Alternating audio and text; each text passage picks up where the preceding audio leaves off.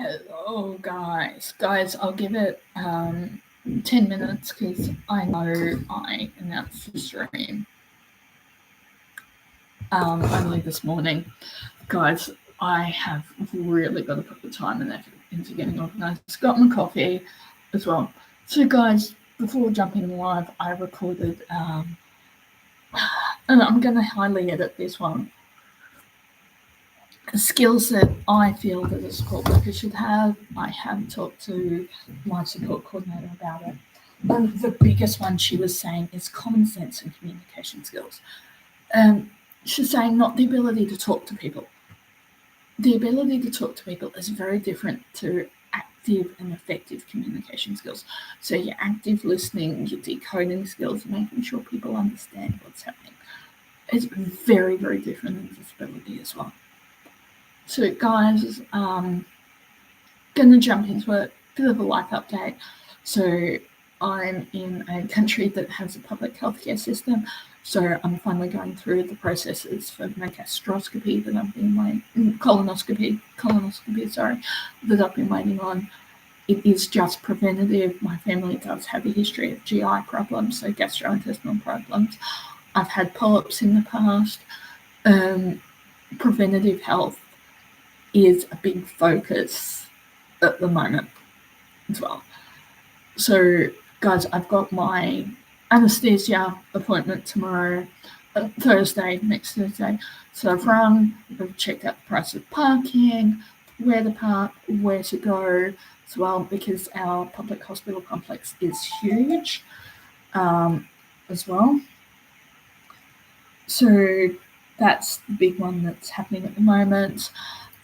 Also doing I don't have permission to mention who's doing it, but doing a medical study because, guys, if I don't, who will? Basically, it's into epilepsy and the genetics of epilepsy. I won't mention who's doing it as well, but guys, my local library is going over to new system. So they're the two things that I've got to deal with this afternoon as well. But guys, yeah, that's a really huge one. Is communication and organizational skills. If you don't have them, you're going to learn them very quickly in this industry as well. So that's turning up on time, leaving on time, that's documentation, and that's accurate documentation, not just today was a good day. Well, what did the person do? Did the person record YouTube? Did they record, did they Netflix? Did they do some craft? Did they do some housework? Did they go for a walk? Did they do some study? Did they go to the day centre?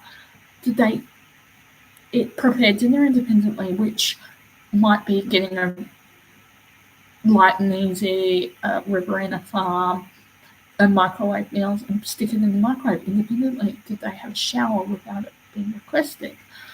Did they limit their caffeine intake? Did they get outside and get some sun unprompted? I know Open Teachers Learning have a really good module on how to document as well. Also, Alison, guys, and I'm not being paid to promote it, but I am an affiliate to them. So, guys, Alison has got some really good courses on English language skills and introduction to caregiving as well, because a lot of people will get into the industry and then study.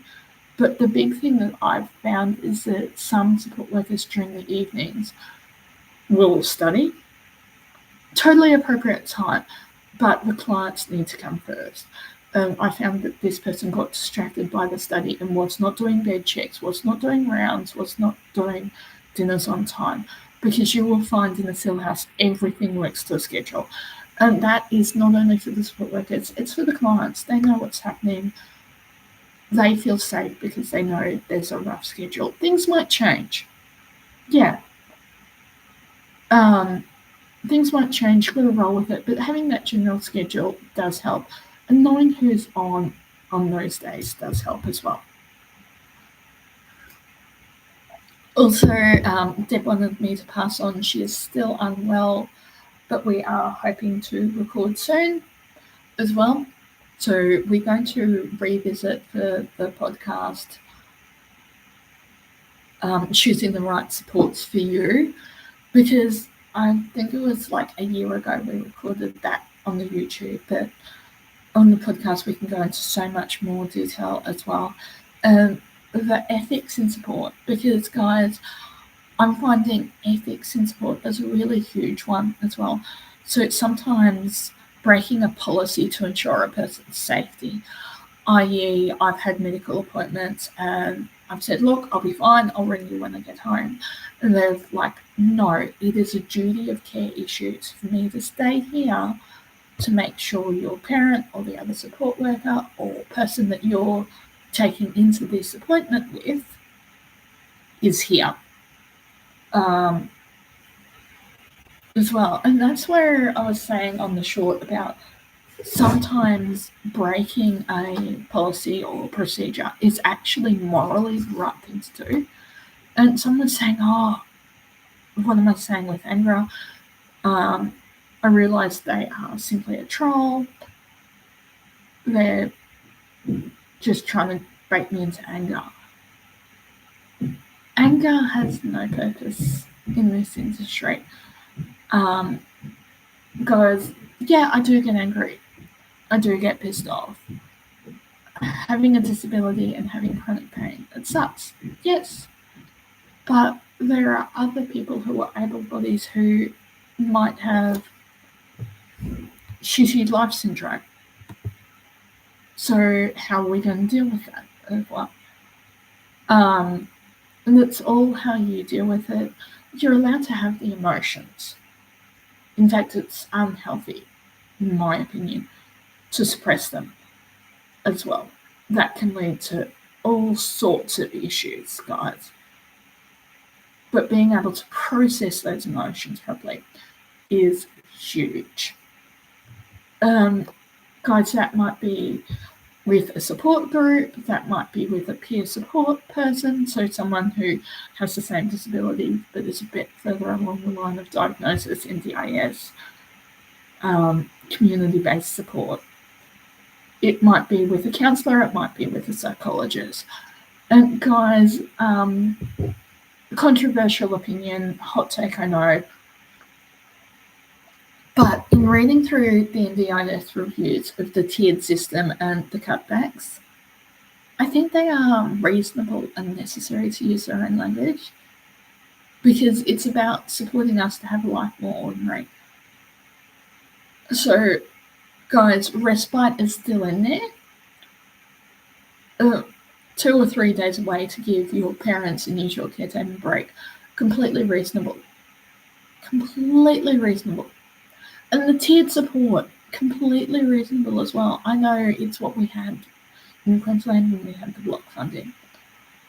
So guys, I know there's people who are quite worried about it, but guys, this is where I'm going to reiterate, stumbling over my words today, reiterate that, guys, have a bit of gratitude that we even qualify for support, that we're in a country that will look after us, that we are seen as valuable, that our disabilities and limitations are respected. There's many countries who are developing where it would be charity or left to fend for ourselves or sacrificed because people don't have the resources. So what I'm saying is not sacrifice solidarity, but just we have to fend for ourselves, which is a horrible thing to think about, but not every country has the luxury of having a care scheme for the disabled and the elderly as well. It's just how the world works. And I find that things run so much easier when I'm able to have a bit of gratitude. And people might be struggling with depression, with pain, with, okay, where do I start? Having a bit of gratitude. Okay, start with, were you able to get out of bed today unassisted? Or if you weren't, did you have someone turn up on time to help you with that? Were you able to go to the fridge and have breakfast? So you've got food in the fridge. You've obviously got a fridge on. You've got electricity, clean water. Did you not have to walk or buy that water? Do you have clean clothes? Were you able to wash them yourselves? Or did you have someone who'll put them in the washing machine and on the line for you? And in Australia, we line dry even in winter. I know in the house, in the height of winter, we had the dryer going, but yeah, we've got quite a lot of sun, so it makes sense. Were you able to watch Netflix so you can afford streaming? Were you able to get out of the house that day, whether it be as simple as going for a walk or doing the groceries, going to the movies, a day trip?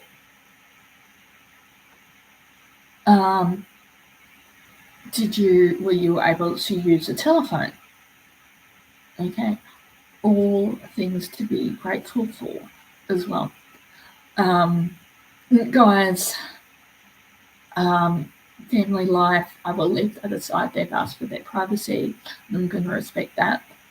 But it's going really well. Though, one thing I want to mention is, guys, and this is what not to do when you have a person in a cell house, which is supported independent living, is rock up when you know no one's going to be home without telling anyone, so no phone call, no text, no nothing, and start weeding and gardening for them. Because please let someone know, whether that be a house manager, main support worker, the client themselves. Because, guys, turning up without telling anyone and then going onto the property is called trespassing. Even if that person knows, what makes it different, if that person's not home, is they know that you're coming. That's the difference. Communication as well. And guys, that's the other one that got brought home to me as well, is that someone in my personal life had to pick up another person who's a non-driver. We've got a couple of non-drivers in my family. And their directions were, they were at an exercise class at this particular aged care facility. This aged care facility is huge. It is massive. And it was like, oh, it's at the rec centre. There's 3 rec centres. Which rec centre? So guys, please give accurate directions, or drop a pin on Google Maps and let that person know as well. And guys, that's the other one that I'm recommending support workers, being able to use technology and using technology wisely. I've talked about data security and data privacy before, and client privacy as well, but that's a huge one to be aware of. And so, guys, I'll give it till 10:15 if no one's joined me, but I know people do join me after the fact and watch it after the fact as well. Guys, I've tried doing it on a weekend, but there's just so much happening on the weekend. But let me know if you want me to do it in the evenings as well. And guys, welcome to my new subscribers. I know some of them are my own care team, some of them are friends and family, and some of them are long-term viewers. So thank you very, very much for that as well. But guys, 80% of you guys are still unsubscribed. So guys, we're trying to get up to the 500 subscribers by Christmas. That really does help the channel. I'm not going to put ads on every video and type of thing, but guys, it really would help as well. And guys, besides the gastroscopy, recording with a pharmacist on Monday as well. So guys, that's the other thing that I'm going to do, is do up a sign and run it up to him. and say when's recording, what the podcast is, so they can put it in for privacy reasons. So if there's a bit of background noise, people know that they are being recorded. A simple way I can look after their privacy as well. So guys,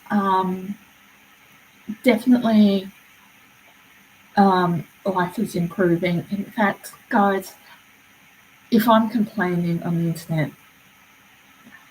yeah, like I feel that I'm trying to provide constructive feedback about the industry, about what I've experienced. I now have some friends who have gone from ward nursing to community nursing.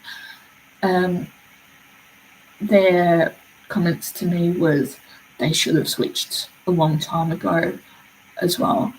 And guys, I want to reiterate that I'm going to be doing a combination of vlogging style, showing you the different parts and things to do around. Guys, my rationale behind that one is quite simply is if you've got a high complex needs client or a client with behaviours of concern or client that you're not quite sure their hobbies, start exploring them. And hobbies don't have to be expensive, especially with Centre Street Skills Park. There is a lovely standard park next door that we just didn't have time to record, where you could take a cut lunch, you could take snacks. Guys, I have no shame in doing that. As well. So the day centre could start like a bike club. All ideas as well. Yeah, for some people like myself, riding a traditional bike is not safe. But for someone who needs an outlet, a bike might be a good idea for them. Definitely check with their care team and other people first, so their support coordinator, their trustee, family, friends. Have your sensible gear, so your jeans, your long sleeve shirts, your helmet, enclosed shoes, know what their skill level is with bikes as well. You might need to start off with your local like road skills park as well before moving on to something like that. But guys, that is a really safe offline area as well. And that's the other thing that I wanted to talk about, and I'm editing this one at the moment, is data security and safety. I know we've got the right to be forgotten and the right to disconnect bills going through at the Senate at the moment. But guys, I'm not sure if the Wayback Machine and Internet Archive is included with that one as well. But guys, when I talked to a support worker about that, saying that, yeah, and she's like, we've all done stupid shit in the past, and she put the case study in for me to think about it. A 16-year-old who's done some petty crime that might be shoplifting on a dare, just got in the wrong crowd. He's now graduated university and has moved cities to rebuild his life. What's going to happen when an employer Googles him? But generally in the past, 70s and 80s, that was the chance. You were able to rebuild your life by moving towns. Guys, I just got a message coming through as well. So guys, it's all about perspective and grace as well. And I was like, oh yeah, okay. So the right to be forgotten, I think, is a good thing, and to be able to rebuild your life, because that person was a minor, they may not have had the parenting, or maybe rebelling. But why should that affect the rest of their life? If it is a major thing like a car accident that was their fault, drink driving, drugs, to me that's a bit of a grey area. But if they have done the time, rebuilt their life, learnt their life lessons, I think they need to be forgiven. So, guys, going to go and deal with my paperwork pile. And guys, I've nearly finished my data entry course on Allison. Absolutely amazing platform. And guys, that's the other one I'm going to do is learning platforms, because guys, this is the other one I want to reiterate for support workers, is if that person has the capacity to learn, if they have the capacity to understand language, guys, there's so much that this person can do with a little bit of support as well. So guys, I hope you're enjoying the content, and I will see you guys next month. And definitely drop me a line if you want me to change to an evening. I've just got to email the house manager and let them know. Okay, see ya.